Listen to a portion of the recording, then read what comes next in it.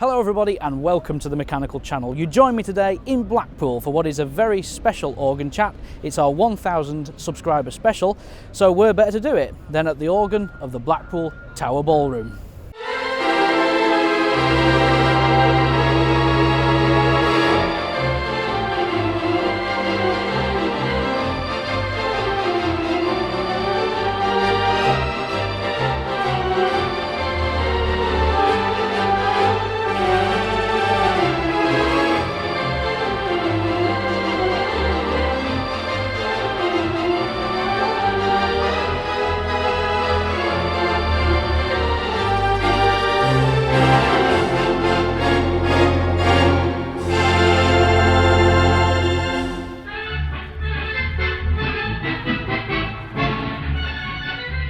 The Blackpool Tower first opened on May 14, 1894, on the site of the old aquarium. The tower structure stands at over 518 feet and consumed over 3,500 tonnes of steel in its construction.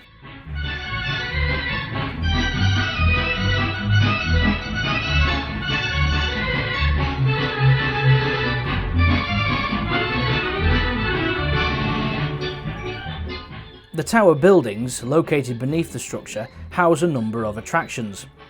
Originally, these included a rooftop garden, a Chinese tea room, a menagerie, the aquarium that the tower was built around, and beneath the legs of the tower itself, a circus.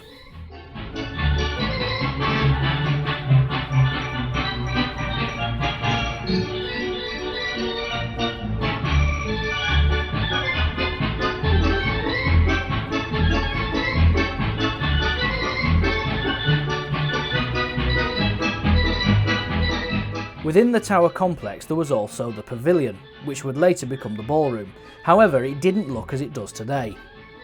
The stage was originally down one side of the room, and the room itself was slightly smaller than in its current form. In 1897, the tower company brought in Frank Matcham, the famous architect, to completely remodel the pavilion, which he did.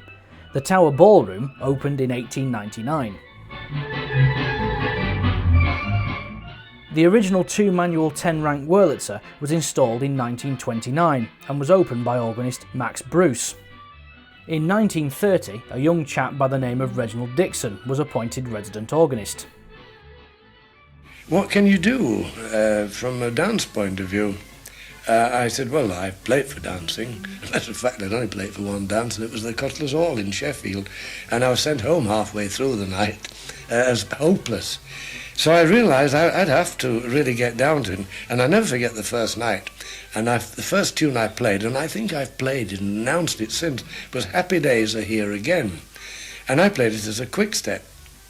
And the pianist in the band said to me, what was that supposed to be? I said, it was a quick step. He says, you're telling me. And they'd had two organists there before me, and the organ wasn't very, very popular.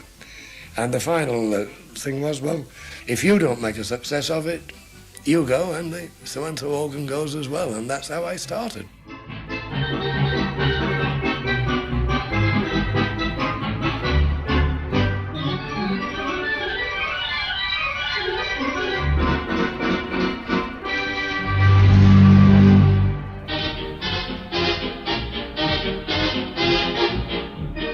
But Reg did make a success of it, and as well as playing for dancing, he began broadcasting and recording 78 RPM records.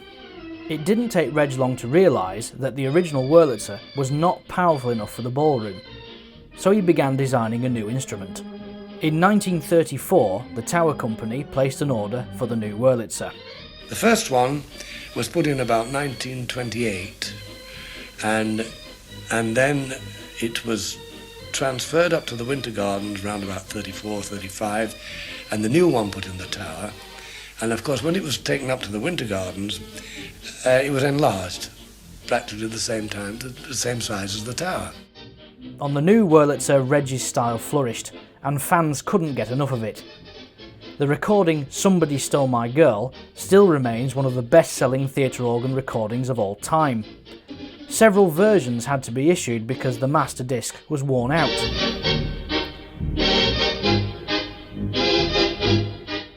One August Bank Holiday I did 8 broadcasts, and they were all live. There was no tape in those days. And the Canadian ones, well, it was sometimes 2 and 3 and 4 o'clock in the morning. I never knew when to go to bed before or afterwards, but because I was playing again the next morning.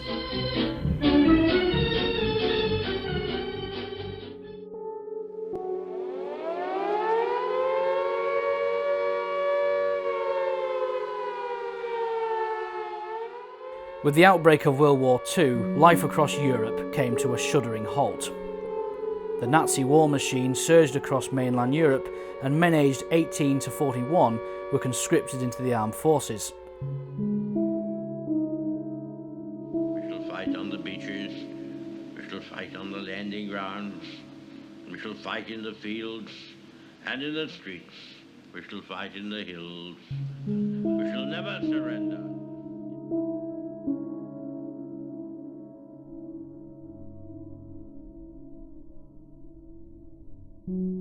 Even the tower itself became an RAF radar station.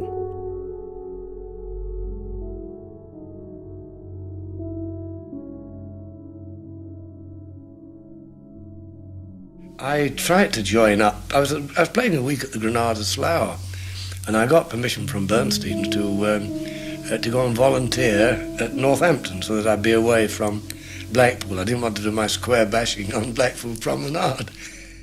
I didn't put my name down. I put R.H. Dixon, which were my initials, and I thought I was getting away with it to go to Gloucester as a radio operator. I knew nothing about radio operating, but I thought I could soon learn. Anyhow, before I got had time to report, they discovered me and sent me to Uxbridge as a musician. But at the same time, I wasn't happy because I wasn't playing the right instrument. I was playing a piano then. I got my own little band, and were thumbing lifts on the Western Avenue at 3 o'clock in the morning, having played to inebriated officers. So eventually I went in for a commission in self-defence as much as anything. I thought, well, I might have become an inebriated officer myself, but I never was, fortunately. And I was on all the D-Day exercises and in movements, and I found that very interesting.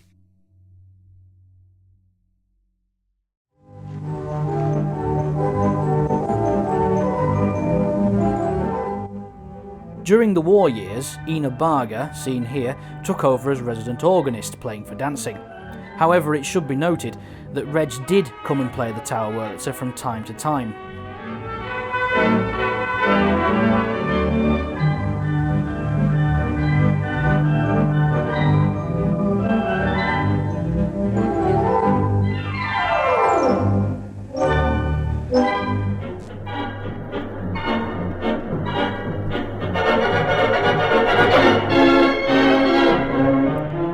In 1947, after playing throughout the Second World War, the Tower Wurlitzer received some much-needed maintenance. Certain changes to the pipework were also made. A Rogers Tube Mirabilis rank was added to the organ, and the Vox Humana was removed to make way for the solo string. It was at this time that the famous Quinton Tiers couplers were also added.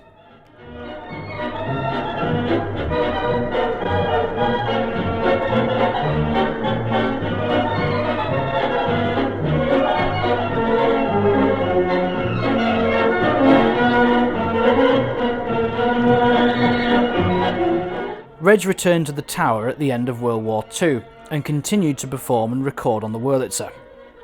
Reg's popularity was as strong as it ever had been, and he continued to perform around the country on various organs and was even invited to switch on the famous Blackpool illuminations.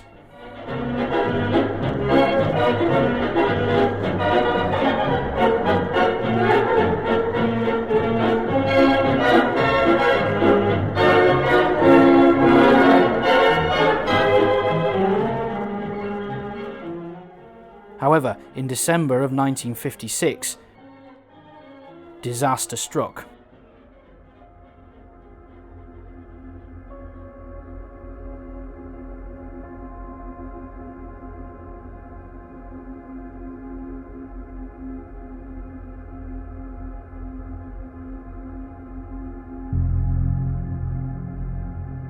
The ballroom and its organ were almost completely destroyed by fire.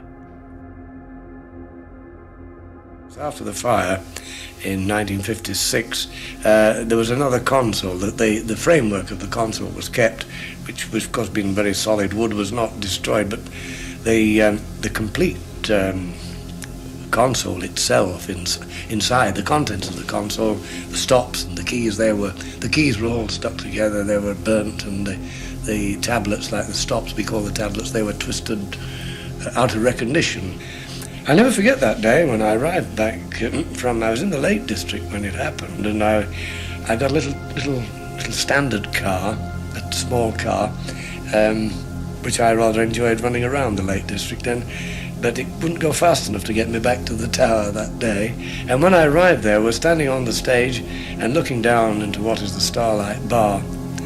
And it used to be the old restaurant. It was just one big smoking mass of twisted metal and everything. It was dreadful, and the organ was still, the organ pipes were still up in the loft, as I said, in 72-foot level, and they automatically, as you know, on a Wurlitzer, the shutters close as soon as you switch the wind off, and of course the thickness of the swell shutters did save the pipes, but some of them were rather damaged afterwards from the heat. It took 2 years and over £500,000 to restore the ballroom.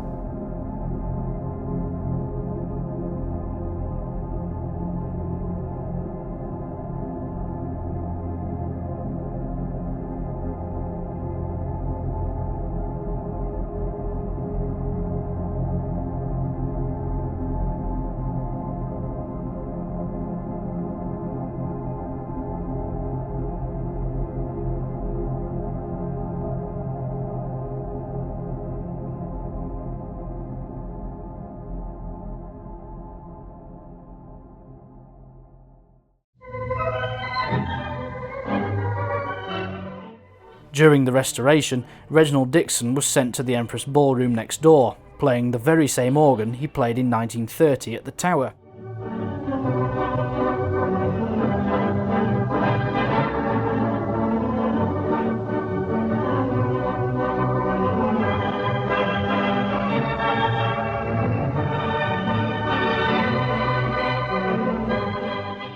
In 1958, the Tower Ballroom was opened once again. The Wurlitzer had been rebuilt, and the Rogers pipework that was added in 1947 was replaced with genuine Wurlitzer ranks taken from the Blackpool Opera House Wurlitzer.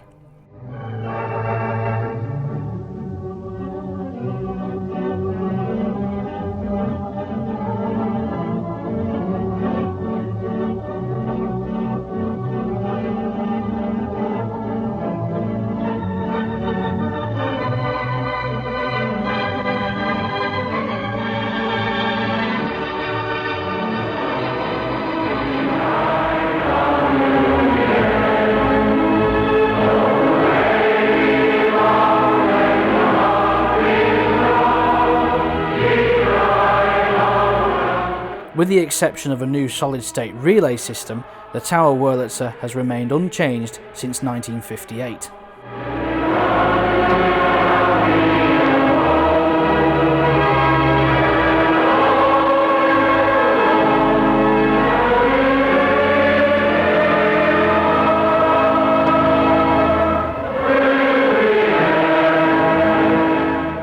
Reginald Dixon received an MBE in 1966. He continued to play at the Tower until 1970, where after 40 years he finally retired. The occasion was marked by a special concert broadcast held on the Easter Sunday.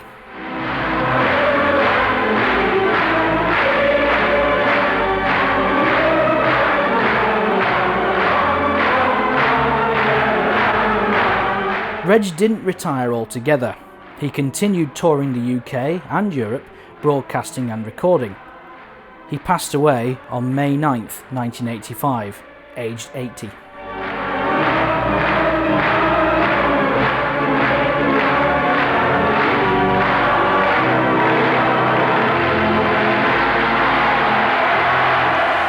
I never dreamt for one moment that my name would be up on the front of the Tower building there. I wanted that, although at first I was quite happy in Preston. I'd not been married very long, and we were we were quite happy there. But I realised that Blackpool was my place.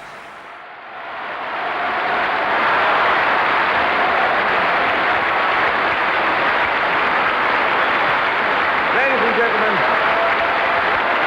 Mr. Reg Dixon.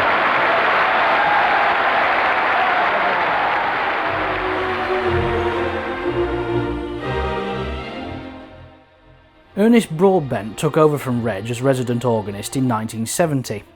Since 1977, Phil Kelsall has held the position of resident organist and still plays most days of the season.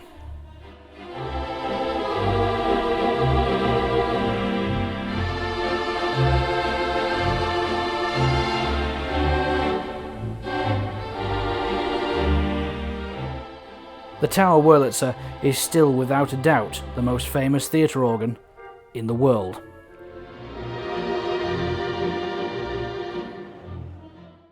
And here we are at the world famous Tower Wurlitzer.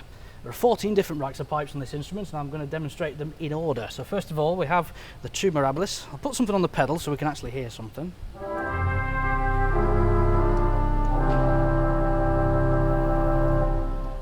There's an English horn. She's better off trem, really. A harmonic tuba.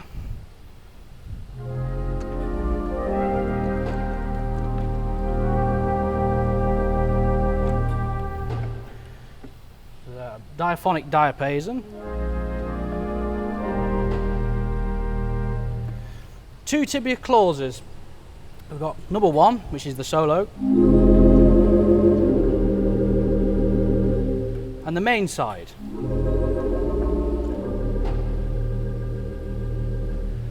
And there's a backbone of this instrument which is the brass saxophone, which is very prominent indeed actually. And we've got a crummet, a solo string, a violin with the violin celeste, a kinura, a concert flute, and an orchestral oboe. And we have other special effects as well. We have cathedral chimes, some tuned sleigh bells, a xylophone which is unenclosed behind the grille, glockenspiel, and a chrysoglot. There's also a piano attached to this organ. Now, the original piano is still here, it's still connected, however, it has now been replaced with an electronic system which sounds like this. But it is still here. I just want to touch briefly on the second touch as well. So we have second touch on these instruments. However, the tower is a little bit different than what you'd normally find. Normally you would find great octave to accompaniment and then solo unison to accompaniment. But on this instrument we've got great and great octave to accompaniment. So you can get the sound down, which is very useful. There's also some additions on here which were put on not originally, they were added a little later on, which is these couplers here. And for those organists amongst you, you may realise that the couplers are actually in the wrong place, but it's because these are additions and obviously Mr. Dixon didn't want to lose the xylophone, the glockenspiel and what have you, so the couplers are to the left. And what you have is a sub, a unison, an octave, a quint and a sub-tierce, which gives you that typical Blackpool sound. And what you actually are getting is this.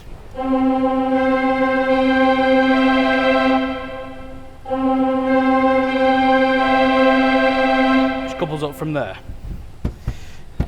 Reginald Dixon was really the master of this instrument and played in this building for 40 years and broadcast all over the world. So I thought as a fitting tribute to him and the instrument that he designed, here's a little tribute to Reginald Dixon.